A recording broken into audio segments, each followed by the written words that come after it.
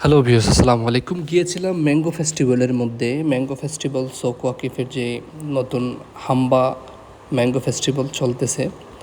So সেখানে যাওয়ার পর দেখলাম তারা খুঁজতেছে কাপল, আই মিন ফ্যামিলি ছাড়া নাকি এন্টার করা অ্যালাউড নাই। So since is prohibited to enter without family, so আমি আর আমার কলিগ কী করলাম, আসার সময় একটু ঘুরলাম যে যেখানে কবুতরদের খাবার দেওয়া হয়, the prison cell you can say, পিজনগুলোর আড্ডাখানা। তো এখানে একটু ভিডিও করলাম চলে আসার আগে। ম্যাঙ্গো ফেস্টিভ্যালে যে দেখতে পারছেন, দেখালাম আপনাদেরকে, ওইটাই ম্যাঙ্গো ফেস্টিভ্যাল। এর আগে একটু দুষ্টমি করলাম, ঘোরাঘুরি শেষে চৌকের মধ্যে একটু ঘোরাঘুরি করে চলে আসলাম। কী আর করা, যেহেতু কাপল ছাড়া অ্যালাউড না, আমরা তো আর কাপল না। ব্যাচেলার লাইফ, ব্যাচেলার হলেও ব্যাচেলার, ব্যাচেলার না হলেও ব্যাচেলার।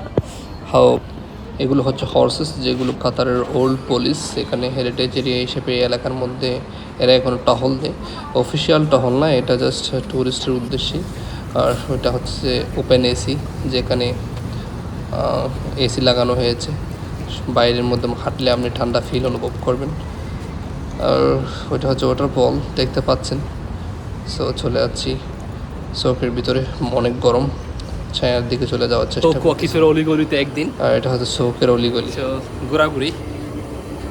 এর আগে আপনাদের সাথে দেখালাম অলরেডি ম্যাঙ্গো ফেস্টিভ্যাল, হর্সেস।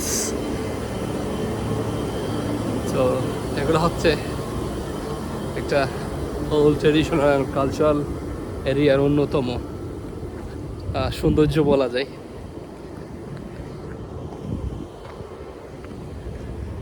বিল্ডিংগুলো দেখতে কেমন পুরনো না, এটাই সুন্দর, এটাই ওদের টুরিস্ট স্পট। আর এদিকে রয়েছে হর্সেস, যেখানে হর্স প্যাড বলা হয়। ঘোড়াগুলোকে দাঁড় করিয়ে রাখা হয়েছে। তো এখান থেকে ঘোড়াগুলো প্যারেডের জন্য নিয়মিত নিয়ে যাওয়া হয় পার্লামেন্টের ওইদিকে।